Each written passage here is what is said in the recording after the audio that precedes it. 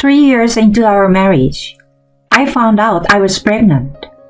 As a freelancer, I hadn't had income for a while, so I had to ask my husband to help with our living expenses. And then, my husband said this, looking down on me. I won't give any money to a useless parasite like you. What? I won't be contributing to our living expenses anymore. You will have to manage with your own money. And that's how my husband really stopped providing for my living expenses. Not only did he stop giving me money for groceries, but he also didn't contribute a single cent towards rent and utility bills. What's worse, he finally also started dipping into my savings for my single days. I won't forgive him. I will make him regret this. And so, my retaliation began. My name is Serena Ferguson. I'm a 30-year-old working wife. I met my husband Jonathan when I was single and working at a design company. I joined the company as a designer, and Jonathan worked in sales. We became close as we worked on several projects together. After being invited by Jonathan to have a few meals together, we started dating.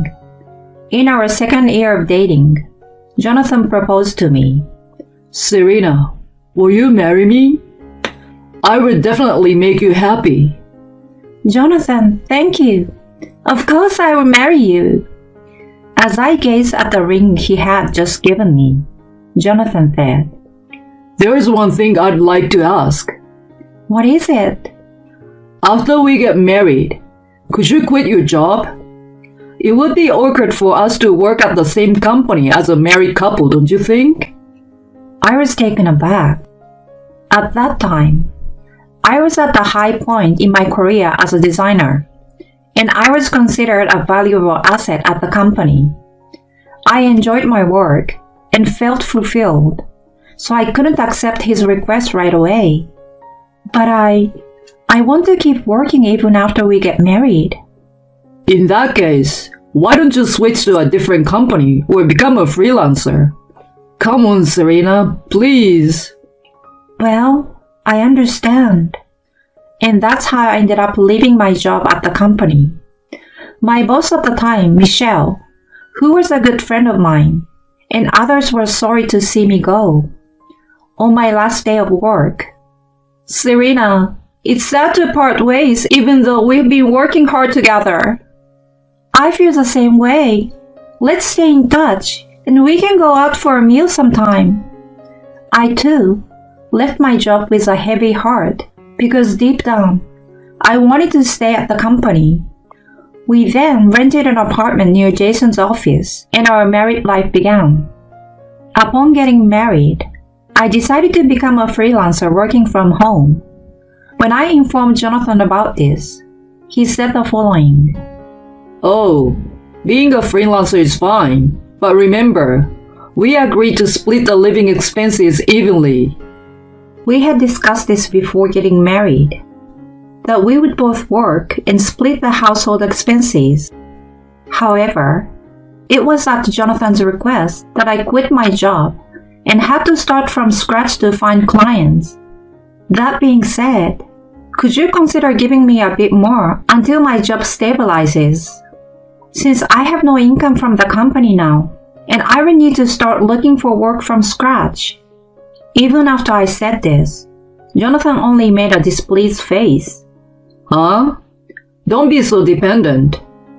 Are you trying to rely on me like that? I like the independent you know. I understand. In this way, I ended up shouldering half of the household expenses, even during difficult times. Fortunately, I received a severance package, so I continued to break into my savings to supplement the household budget. Jonathan should have been earning sufficient income, yet he only contributed exactly half of his salary to the household.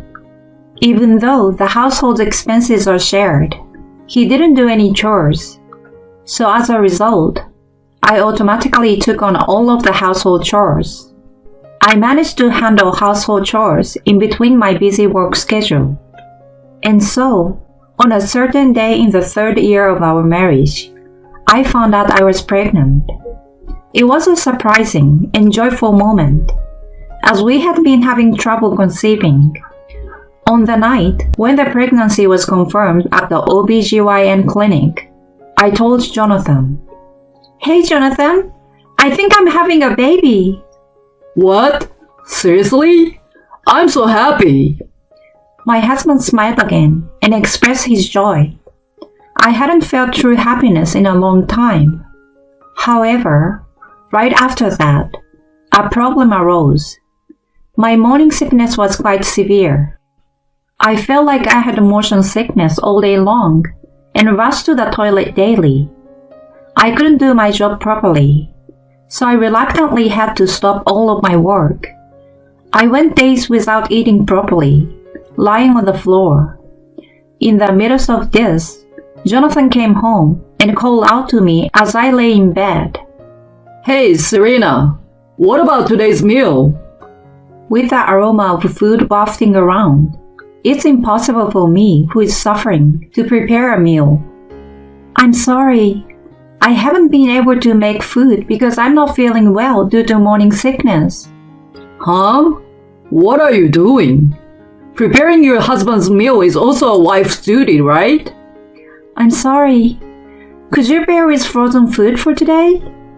When I said that, Jonathan responded with annoyance. Frozen food? I don't want to eat that crap.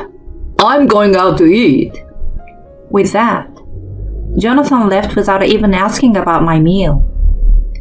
No words of sympathy, and he wouldn't do any housework either. I was growing increasingly frustrated with a husband who lacked understanding about my morning sickness, and his troublesome behavior didn't end there. One night, while I was lying down with a pale face due to nausea, Jonathan whispered in my ear, Hey, Serena, isn't it about time? Ignoring me, he tried to touch my body. I instantly grabbed his hand to stop him. What's wrong? Not allowed? Of course not. It's still early in the pregnancy, and you don't understand how tough the morning sickness is. I calmly told him this, but it seemed to make Jonathan angry. What's the matter? Taking care of your husband is wife's duty, isn't it? There is such a thing as timing and appropriateness. Haven't I complained multiple times about how hard morning sickness is? Come on, you sit there for a moment. Jonathan's words were so harsh that I woke up with a start. My husband crossed his arms and stared at me. Are you using morning sickness as an excuse to slack off on various things? Even if you say that, I can't eat properly, you know. Pregnancy isn't an illness, you know. It doesn't give you the right to neglect household chores or the wife's role. I couldn't help but get upset at his way of speaking. And yet, you, Jonathan, don't lift a finger to help with the housework. You, as a husband, aren't covering for your wife who is suffering during pregnancy. What about that? What? You want to argue with me? But I finally couldn't hold back my tears. Seeing me looking down and sniffing my nose, Jonathan clicked his tongue. That's enough. I'm not coming home today. Huh? It's already late at night. Where are you going at this hour? Anywhere is fine. I don't want to see your face. He slammed the door shut with a loud noise. On that day, Jonathan truly didn't return. Later, my morning sickness subsided, but there was an awkward atmosphere between me and my husband. However, I had something to tell Jonathan. Due to the time I took off for morning sickness, my income had significantly decreased, making it difficult to contribute the same amount to our living expenses. With hesitation, I talked to my husband. You know, Jonathan, there is something I need to talk to you about. I told him that I'd like him to wait for a while regarding the living expenses, and during that time, I needed his support. In response, Jonathan said this with a blank expression. Are you saying you can't contribute to the living expenses because of morning sickness? Yes, I'm a freelancer, and there's not much I can do about it, right? I'm going to be working again when the baby is born. So I was wondering if I could ask for some money to live on until then. In response, Jonathan said this while looking down on me. I'm not giving money to a useless parasite like you. What? I won't contribute to the living expenses anymore. So figure it out with your own money. What? What are you saying? I'm pregnant, and the baby is going to be born soon. Jonathan sighed at my plea. If you don't want to be called useless, you better work hard with that big belly. Don't rely on me. I have no obligation to take care of the parasite like you. Ha! And so, Jonathan indeed stopped providing for the living expenses. Not a single cent for food, let alone rent and utilities. I had no choice but to dip into my business savings to make ends meet.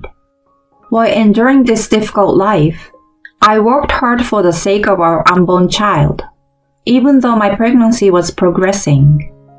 Aside from the business savings, I had about $50,000 in savings from my single days, but I didn't want to touch it unless it was absolutely necessary.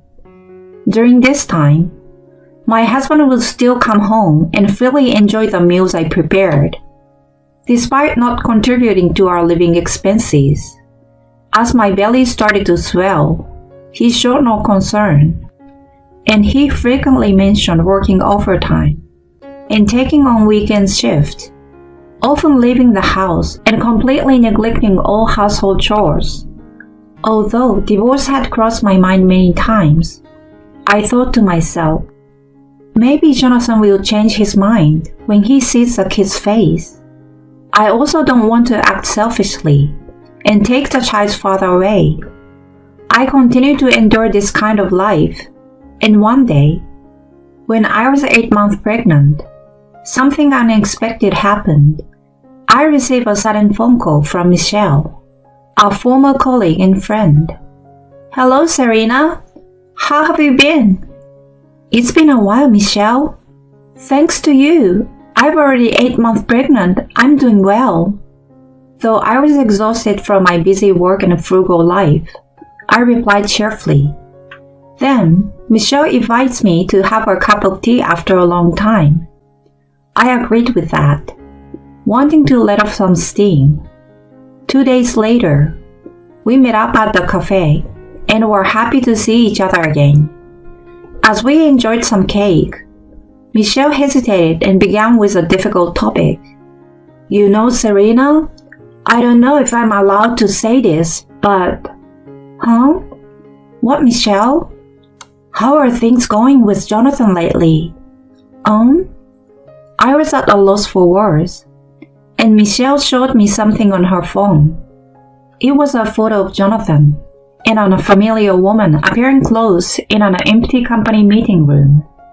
What's this? Well, there's been some talk at work about Jonathan and Julia, this female colleague. Michelle's story went like this. A young female employee named Julia joined the company a year ago and became Jonathan's subordinate. Over time, rumors began to circulate about their closeness, such as they went for a business meeting and didn't return for a long time, or they were seen getting close in the office. The photos Michelle showed me were circulating around the office. Is Jonathan having an affair? It's still just a rumor, and I don't have concrete evidence. I'm sorry for telling you this while you're pregnant, Serena. I was in shock, but appreciated Michelle's concern. She continued, Julia here actually seems to be doing well these days, bringing brand name bags to the office. Oh, really? You might want to check the financial aspect once. There are even rumors that Jonathan is financially supporting her. Yeah, I understand. I will check it out. The rumors that started circulating within the company coincided with a period when I was experiencing morning sickness. Julia, the woman who benefited from Jonathan after he stopped providing for my living expenses. There is undoubtedly a connection. After thanking Michelle and parting ways, I hurried home to check our joint bank account.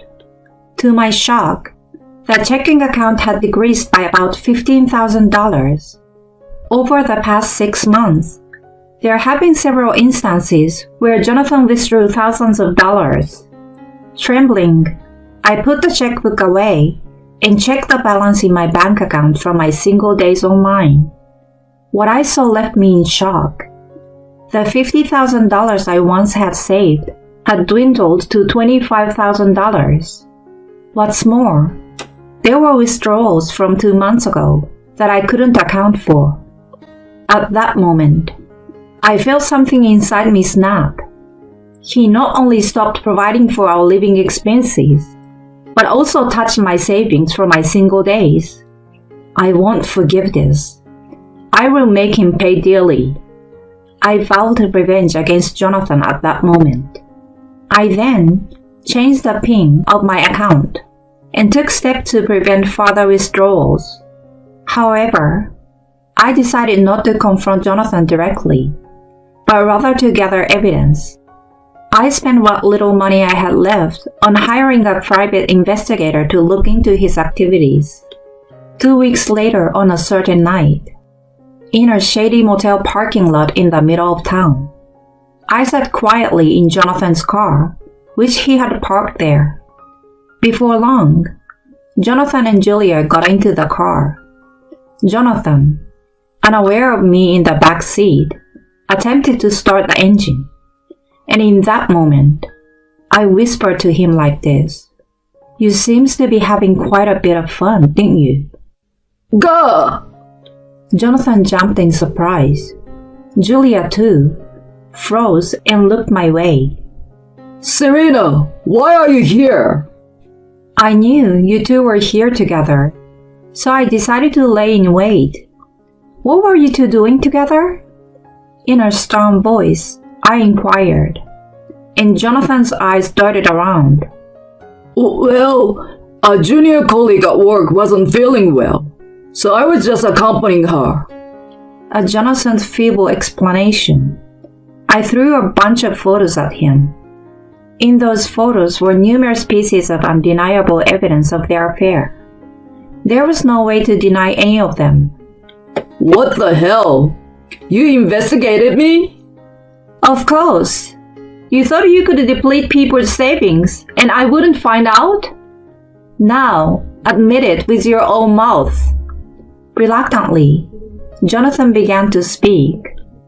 My severe morning sickness had made it impossible for me to be intimate during that time, which is when Jonathan's relationship with Julia began. He had been buying things for Julia, who was younger and good at sweet talking, indulging her desire. Oh, I see. I understand now.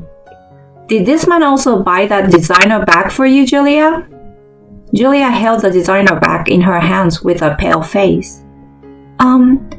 Well, this is... You're an adult, so you should know what happens when you get involved with someone else's husband, right? I will demand compensation from you. Be prepared. Julia slumped in disappointment. Then Jonathan stammered as he spoke. We are not getting divorced, right? And a child is on the way. I won't do something like this again, I promise. I glared at Jonathan and shouted as I cut him off. There is no way that's happening, you fool. I'm divorcing you. And I'll definitely demand compensation for the affair and child support. You will return the money you spent, even if it means going to court. What? Jonathan turned pale and stammered. That's when I dropped another bombshell. By the way, it seems like both of you are doing indecent things during working hours, right? I've already sent proof of that to your company. Huh? If you do something like that... Look forward to your consequences, you scum. Both of you are going to hell. In this way, I left them in a state of panic, got out of the car, and left the scene. Later on, Jonathan and I got divorced. I demanded compensation for the affair and repayment of the money he spent from my single days. Jonathan paid it, and his savings were completely wiped off. We agreed on child support payments to be made monthly.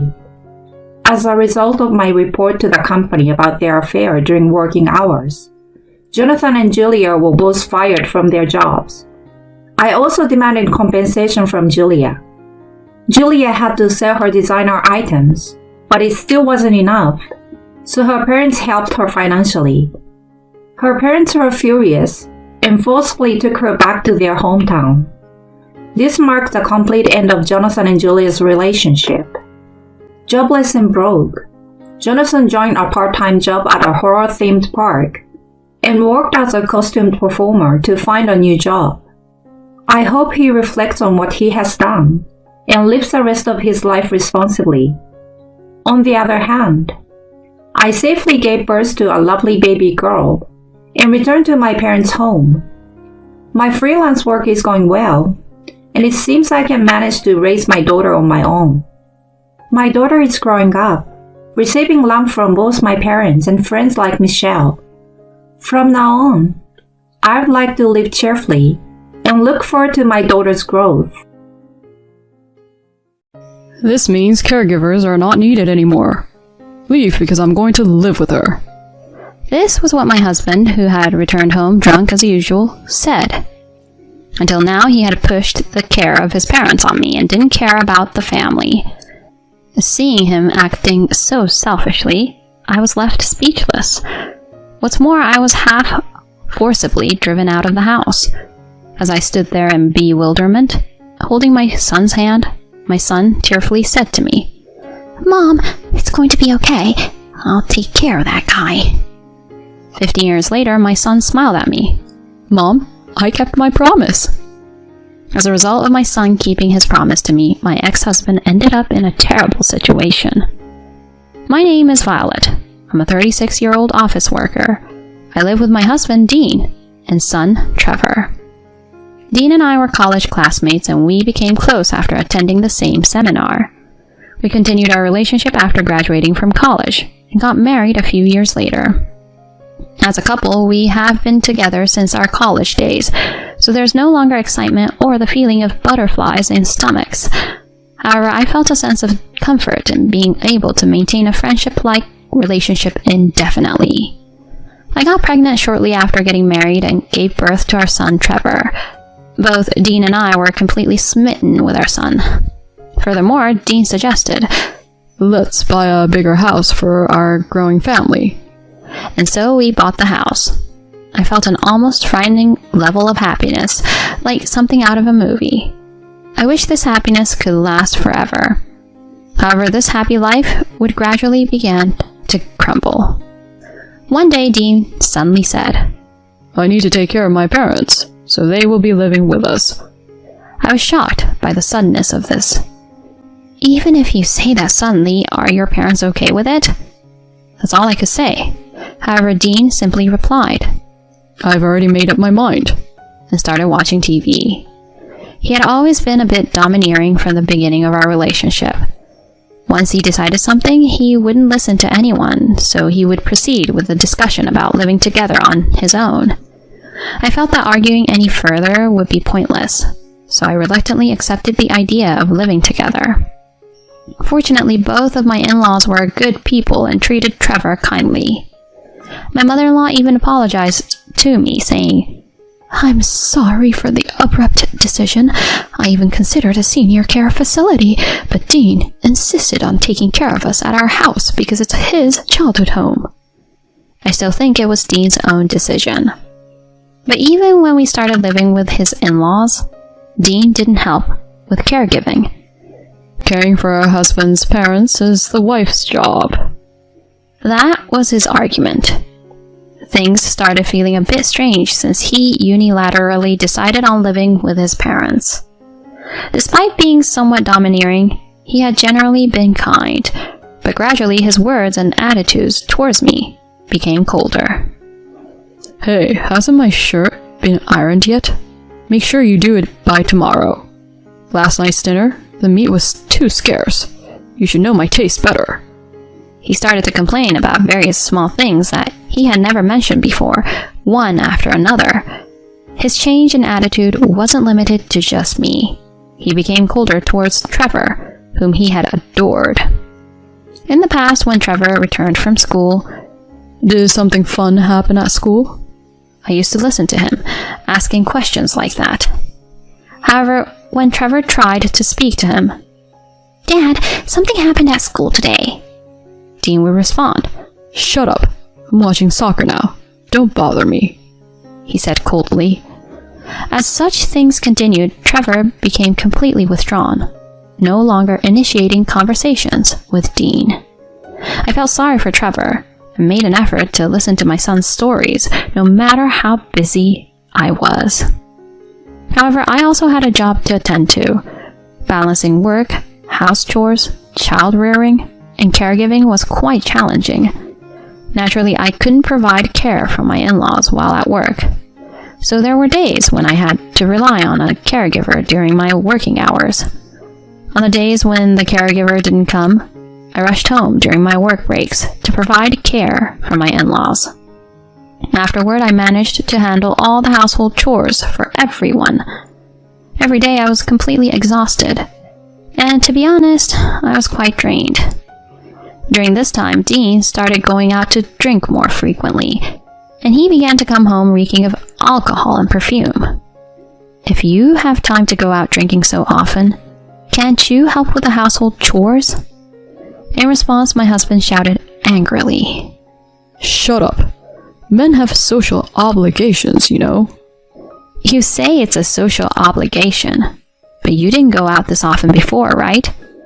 Besides, the decision to live with your parents was something you decided on your own, so shouldn't you cooperate a little?" I've been saying it for a while. Housework, childcare, and taking care of my parents are the wife's responsibilities. At this rate, the argument between Dean and I was unbearable. There's nothing more harmful to a child than seeing their parents argue. I tried to express my opinions to Dean when Trevor was asleep, and I avoided complaining about him in front of our son. However, Trevor was already 10 years old. He must have sensed various things. One day, Trevor said these kind words to me. "Mom, are you okay? You seem a little down lately. Is it hard to take care of Grandma and Grandpa? If there's anything I can do to help, I'll help too, okay?" Trevor's words almost brought me tears, but I couldn't show my weakness. "Thank you, Trevor. You're so kind, but don't worry about me. Was school fun today?" I tried to keep the conversation light, so as not to burden my son. For Trevor's sake, and for my own, I had to stay strong. I reminded myself of this every day. Meanwhile, Dean's behavior took a turn for the worse. He began going to drinking parties more frequently, sometimes not coming home for days. He even stopped contributing to the household finances. I had reached my breaking point. Something had to change. Just as I was contemplating this, my in-laws' health deteriorated, and they passed away one after another. It was as if my father-in-law was chasing after my late mother-in-law. Caring for them had been challenging, but losing my kind in-laws filled Trevor and me with sadness. Even in times like these, Dean continued to go out drinking, and didn't even help prepare for the funerals. I reluctantly took charge of the funeral preparations.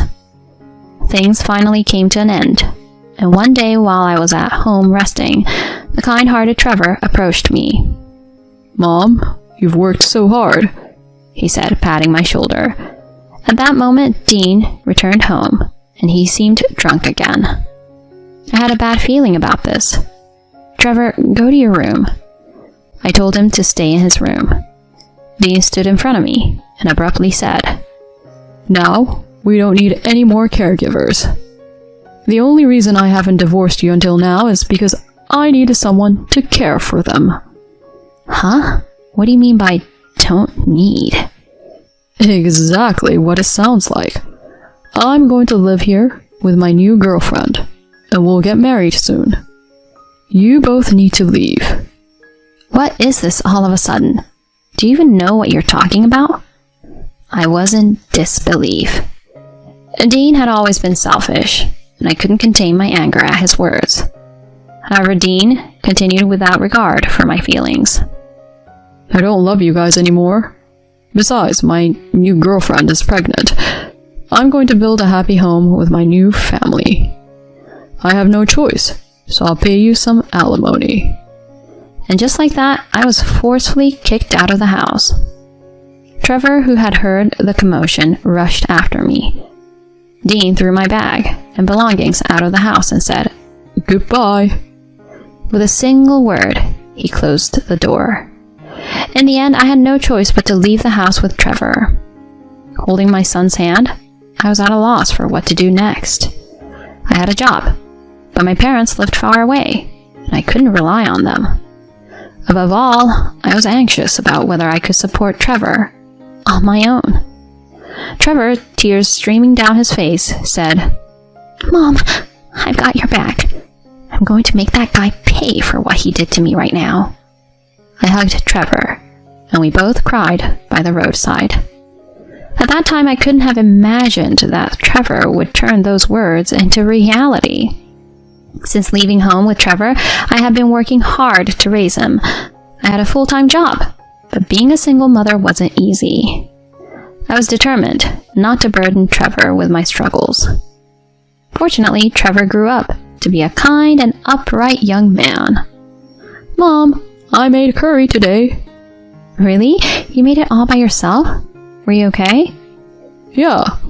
I was careful with handling the stove. Thank you, Trevor.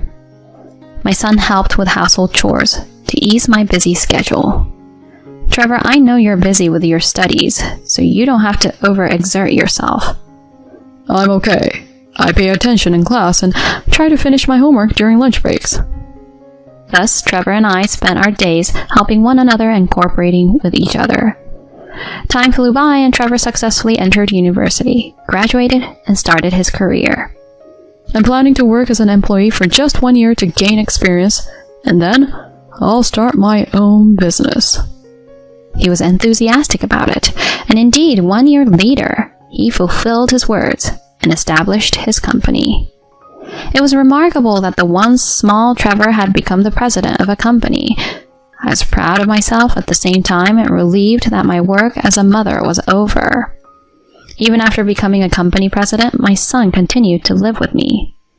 Trevor, you might find a girlfriend soon and want to move out. It's okay, you know.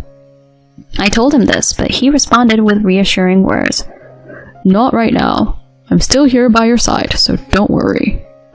Trevor remained the same as when he was a child, always saying kind words to me. We were living peacefully together until one day... Mom, I have something to tell you, he said to me. I wondered if he had a girlfriend and was going to announce his engagement. However, what Trevor had to say was unexpected. Mom, it took me a little longer, but I finally got back at him. Huh? I had no idea what he was talking about. Got back at him? What do you mean? Then Trevor explained. I got back at that awful man who tormented you. At that moment, the face of a man came to my mind, and it was the face of my ex-husband, Dean. That man? You mean your father? What do you mean by got back at him? Trevor slowly began to tell me the story. Trevor had just recently started his own company, and thankfully the business was doing really well, experiencing rapid growth. During this time, he coincidentally received a business proposal from my ex-husband's company. It was true that Trevor had established a company similar to Dean's. For the business negotiations, Trevor asked Dean to participate along with some of the company's supervisory staff. Several of the supervisory staff had confused expressions, but it seemed that they included Dean at the request of the client company's president, who had a strong preference for it. Dean, who was somewhat oblivious, was initially pleased because he had heard about the positive feedback on his sales performance. However, when he saw Trevor's face during the business negotiation, he reportedly turned pale rapidly. He knew that his son had the same name, but he never imagined that the son he abandoned 15 years ago would become the president of the company he was dealing with. Even during the discussion, Dean couldn't stop sweating. The compliance officers repeatedly warned him, saying, What's wrong with you? Pay attention. However, Trevor didn't mention Dean for any length of time. Dean was clearly relieved, apparently. Finally, Trevor had this to say. Now, I'll ask you one last question. Is it correct that your company tolerates infidelity between employees? At that moment, the room fell silent. The supervisory officers looked baffled, and Dean began to sweat once again. He couldn't help but say, Let's stop talking about matters unrelated to the business, he shouted. And this surprised the supervisory officers, who asked in response, What? What's the matter with you all of a sudden? And what's this talk about, Mr. President? In our company, such actions are strictly prohibited. We absolutely do not tolerate such behavior. Then Trevor looked at Dean. But what about Mr. Turner over there? It seems like the supervisory officers were confused, and the director asked, And? What about him? And Mr. Turner is my biological father. During my childhood, he had an affair with another woman, which led to him kicking my mother and me out of the house. He never paid a cent in child support or alimony. Then Dean banged his desk and got up. Mr. President, there are certain things you can and can't say. I'll sue you for defamation without any evidence, you know. However, Trevor remained calm and ignored his outburst. You've married your mistress and had children, haven't you? And now you're having an affair with one of your company's secretaries, aren't you? With that, Trevor laid out the photographic evidence on his desk. Upon seeing these photos, the supervisory officers turned pale. What are you doing? They all glared at Dean, and they began to apologize profusely. I'm sorry. We will take appropriate action on this matter, so can we please consider it separate from our business negotiations? Thus, the meeting was temporarily adjourned. Dean was led away by the supervisory officers, but before he left, he shouted at Trevor. Trevor, I'm your father. Do you think it's okay to do this? He kept shouting until the end, it seems. After hearing from my son, I was in a state of shock. I couldn't believe something like that had happened. So I voiced the question that was on my mind. But why did you know that your father was cheating or not paying child support or alimony? And I never told you about the affair. I even lied about how much money I received from your father to make sure you didn't feel unloved. I never talked about your father's terrible behavior. You might have had a hunch, but I made sure not to discuss such things with you. Well, I was about 10 years old back then, so I somehow understood it. Plus, I happened to find your old diary. Huh? Diary? Yeah, and it had this written in it.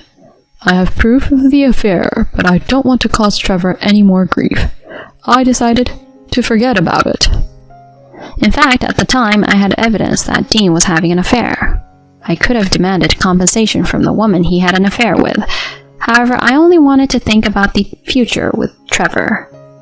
I didn't want to become a vengeful person, demanding compensation from the other woman, or pressuring Dean for child support, showing that side to Trevor. So I chose to give up on all of those claims. I was in disbelief that Trevor knew about those things. To which Trevor continued. It took time to get back at that man, but now it's okay. I put him through hell instead of you doing it, Mom. You might not have wished for revenge, but I couldn't forgive him. I burst into tears at the thought of Trevor. Thank you, Trevor. Having said that, I held my son's hand. Afterward, it seems that Dean received a demotion and was transferred to a rural area as a result of this incident. The rumors of his affair with the secretary were known even in his new post, and it seems he felt uncomfortable there. Furthermore, his current wife discovered the affair, leading to a divorce and demands for alimony. Now he is working alone in an unfamiliar place, struggling to pay alimony. It appears that even the secretary, his affair partner, left the company promptly, showing that she might not have been genuinely serious about him. On the other hand, Trevor and I continue to enjoy peaceful days together. After hearing about Dean's downfall, his name was never brought up between Trevor and me. I had put that man behind me and looked forward to enjoying life with Trevor from now on.